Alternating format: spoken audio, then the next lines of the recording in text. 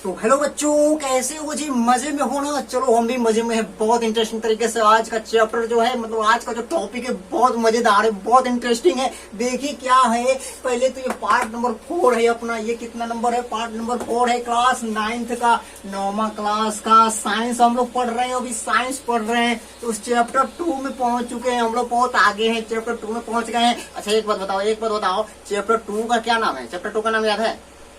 Good, आपको याद है। आप मेरे अच्छे स्टूडेंट हो, आप मेरे फेवरेट स्टूडेंट हो।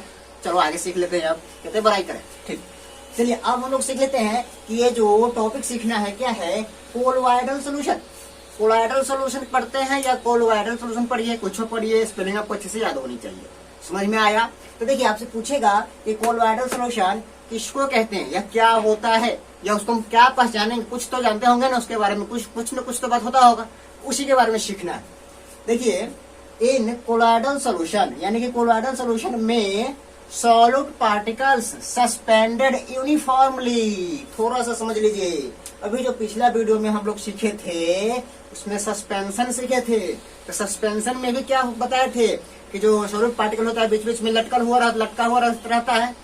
लेकिन इसमें भी क्या है, सॉलिड पार्टिकल सस्पेंडेड यूनिफॉर्मली। इसका मतलब क्या हुआ कि उस वाले में जो सस्पेंशन होता है उसमें यूनिफॉर्मली नहीं होता है। उसमें कहीं पे ज्यादा हो सकता है, कहीं पे कम हो सकता है, कहीं पे हो सकता है, कहीं पे नहीं हो सकता है। बट कोलोइडल में क्या होता है, सॉलिड पार्टिकल लटका हुआ तो होता है बट यूनिफॉर्मली होता है। यानी कि हर जगह उसका क्वांटिटी माने कि नंबर ऑफ एटम्स मतलब समान रहता है। यानी कि आपको उतना डिटेल में नहीं समझना है, सिर्फ इतना समझ लीजिए कि कोलोइडल सॉल्यूशन में सॉलिड पार्टिकल जो होता है ना, यूनिफॉर्मली सस्पेंडेड होता है, यूनिफॉर्मली लटका हुआ रहता है। पहला लाइन समझ में आपको आ गया होगा। अगर आपको बोलेगा कोलोइडल सॉल्यूशन कैसा होता है तो क्या बताइएगा? कोलोइडल सॉल्यूशन में सॉलिड पार्टिकल सस्पेंडेड यूनिफॉर्मली। समझ में आ गए हो? गुड। अब दूसरा पॉइंट समझ लीजिए, इट इज हेट्रोजेनियस मिक्सचर। दूसरा पॉइंट इसके बारे में आप क्या बता सकते हैं कि कोलोइडल सॉल्यूशन जो होता है एक हेट्रोजेनियस मिक्सचर होता है। कोलोइडल सॉल्यूशन क्या होता है? हेट्रोजेनियस मिक्सचर होता है। अच्छा, पिछले वीडियो में जो बताए थे सस्पेंशन, वो हेट्रोजेनियस था कि होमोजेनियस था? बताइए तो, याद है? गुड। वो भी क्या था? वो भी हेट्रोजेनियस था और ये भी हेट्रोजेनियस है। समझ में आया? उसमें भी सॉलिड पार्टिकल सस्पेंडेड था और इसमें भी सॉलिड का पार्टिकल सस्पेंडेड है, लटका हुआ है। बट अंतर क्या है, उसमें यूनिफॉर्मली नहीं था बट इसमें यूनिफॉर्मली लटका हुआ रहता है।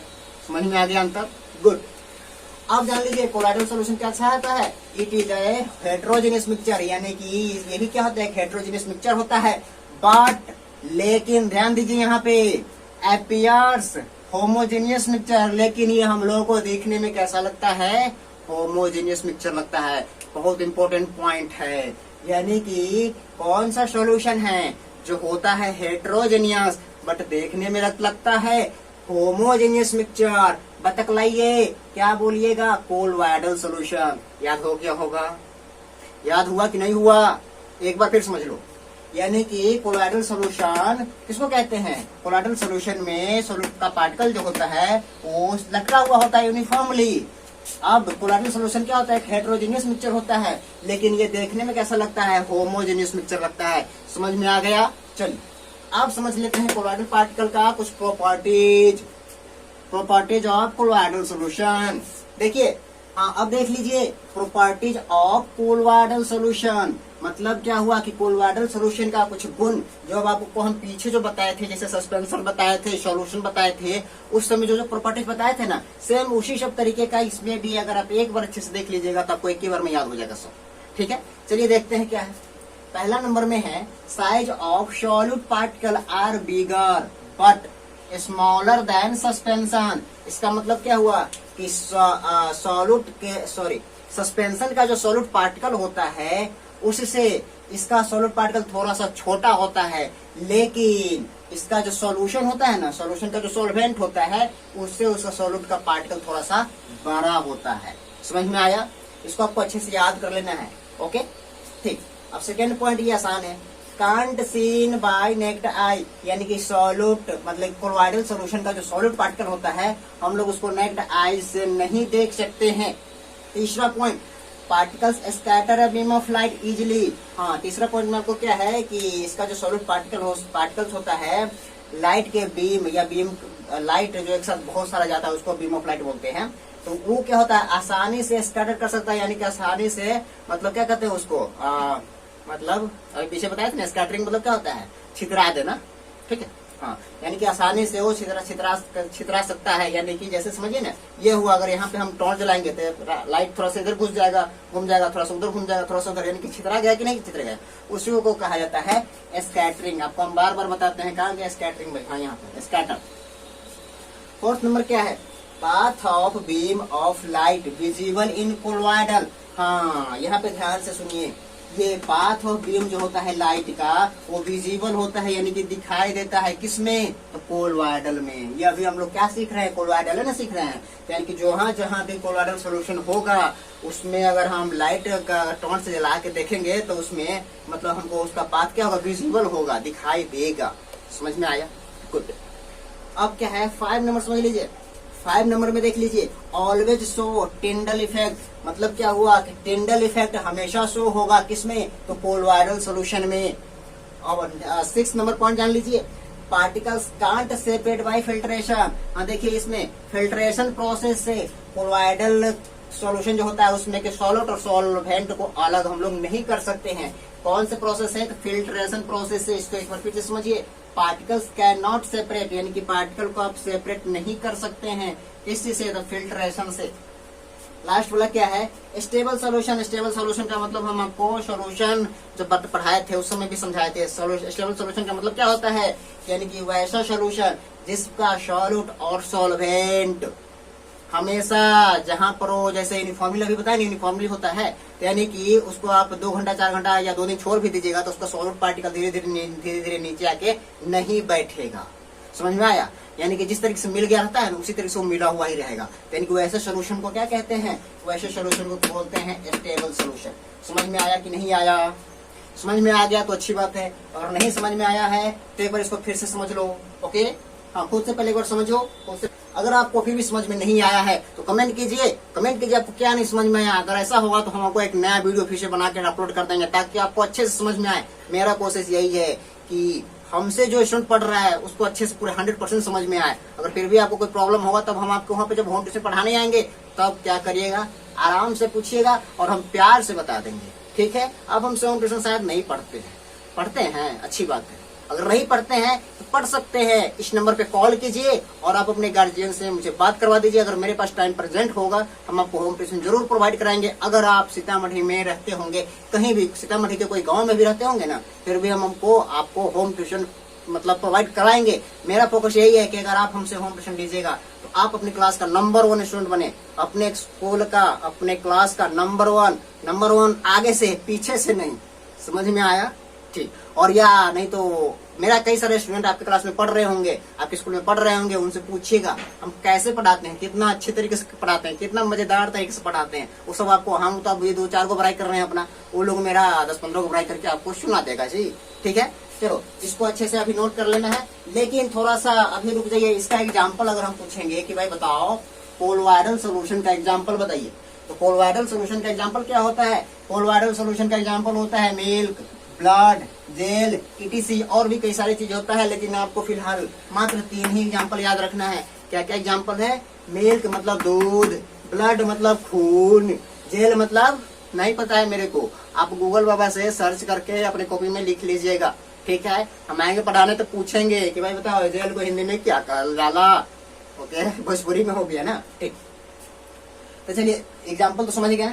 अब थोड़ा सा एक नया चीज जो हम जान लेते हैं, तीन को जो प्रॉपर्टीज हम लोग देखे हैं, तो तीनों प्रॉपर्टीज में आता था ये टिंडल इफेक्ट। भाई ये टिंडल इफेक्ट क्या होता है उसके बारे में हम यहाँ पे जान लेते हैं। देखिए टिंडल इफेक्ट क्या होता है, सोचना तो बहुत आसान होता है। ये एक फेनोमेना होता है, क्या है, the phenomenon of scattering of beam of light due to the presence of colloidal particles. देखिए टिंडल इफेक्ट क्या होता है, एक फेनोमेना होता है, किस चीज का, तो जो लाइट का जो बीम जाता है तो कोई पार्टिकल्स पे पड़ के जब छितराता है ना, स्कैटरिंग होता है, छितराने लगता है, तो उसे फेनोमेना को क्या कहा जाता है, टिंडल इफेक्ट कहा जाता है। और जो छितराता है तो यानी कि हम लोगों को दिखाई देता है, समझ गए। हाँ, जैसे मान लीजिए सिंपल बात, यहाँ पे एक डायमंड रख दी, यहाँ पे डायमंड रख दी, अब क्या किए इधर से हम लाइट जलाएंगे, तो लाइट इधर से तो जाएगा, ऐसे तो सीधा जाएगा, लेकिन जैसे इस पे पड़ेगा तो चारों साइड ऐसे छितराने लगेगा, यानी कि स्कैटर होने लगा। मतलब क्या हुआ, यहाँ पे अब हम लोगों को थोड़ा सा चेंजिंग नजर आ रहा है, बीम लाइट जो जा रहा था उसके बीम के पास में कुछ चेंजिंग आ रहा है, समझ में आया? हाँ, अगर आपको फिर भी नहीं समझ में आया तो एक और बात बता देते हैं। जैसे आप सुबह वो सोच के उठते हुएगा या धूप उप जब आता होगा तब आपके घर में कोई रोशनी आता होगा, खिड़की उड़की से होकर के रोशनी आता होगा तो देखते हुएगा, यानी कि आपको दिखाई देता होगा कि हाँ सूर्य का रोशनी ये है, सूर्य का प्रकाश का रोशनी ऐसे आ रहा है। हम लोगों को कैसे दिखाई देता है? वो कोलॉइडल पार्टिकल्स के कारण, कोलॉइडल पार्टिकल्स के कारण हम लोग जो अभी यहाँ पे सीखे हैं कोलॉइडल पार्टिकल्स, कोलॉइडल सोल्यूशन। हाँ, तो कोलॉइडल सोल्यूशन में का जो सॉलिड पार्टिकल होता है उसके कारण हम लोग को दिखाई देता है। वही बात इसमें समझाया गया है, एक बार फिर से समझ लीजिए। यानी कि टेंडल इफेक्ट क्या होता है? ये the phenomenon of scattering of beam of light due to the presence of colloidal particle, यानी कि हम लोगों को लाइट स्कैटर्ड होता हुआ दिखाई देता है। किस कारण से? तो कोलॉइडल पार्टिकल के कारण से, और इसी फेनोमेनन को कहा जाता है टिंडल इफेक्ट। समझ में आया? ठीक, देखिए यहाँ पे due to this effect we can see the path of light, यानी कि इसी इफेक्ट के कारण, टिंडल इफेक्ट के कारण ही हम लोग लाइट के पाथ को देख पाते हैं। समझ में आया? यानी कि हम देखते हैं ना कि हमारे घर में लाइट आ रहा है, या मोटरसाइकिल से लाइट देखते हैं आ रहा है कि हाँ मोटरसाइकिल का लाइट ऐसे है, या कई सारे जगह पर आप लोग देखते होइएगा कि लाइट दिखाई देता है ना कि ऐसे लाइट आ रहा है, या थोड़ा सा ऐसे फोकस जा रहा है टॉर्च के, या मोबाइल जब चलाते होंगे तो थोड़ा सा लगता है कि फोकसिंग मार रहा है, होता है कि नहीं? तो हम लोग को ऐसा क्यों दिखाई देता है? यही टिंडल इफेक्ट के कारण। समझ में आया? देखिए इसका एग्जांपल भी लिख दिए हैं। पहला number, visible ray of sunlight, यानी कि जो सुबह के समय या रात शाम के समय हम लोग को सनलाइट विजिबल दिखाई देता रहता है आते हुए, तो किस कारण से? तो टिंडल इफेक्ट के कारण से। दूसरा है कार लाइट इन फॉग, हाँ जब फॉग रहता है, धुनी लगल रहता है, तो उस समय जैसे ही लाइट जलाता है कार वाला सब तो तंगा तंगा दिखाई देता ना रहता है, अलग अलग कलर का हो जाता है थोड़ा थोड़ा, समझ रहे? यानी कि पहले से तो मतलब बर्फ जैसा रहता है, लेकिन जैसे ही लाइट जाता है तो थोड़ा सा अलग कलर का दिखने लगता है, होता है कि नहीं? किस कारण से दिखने लगता है हम लोगों को? तो यही टिंडल इफेक्ट के कारण से। और तीसरा एग्जांपल है स्मोक फ्रॉम मोटरसाइकिल। हाँ, मोटरसाइकिल से जो स्मोक निकलता है, जो धुआं निकलता है, वो भी हम लोगों को किस कारण से दिखाई देता है?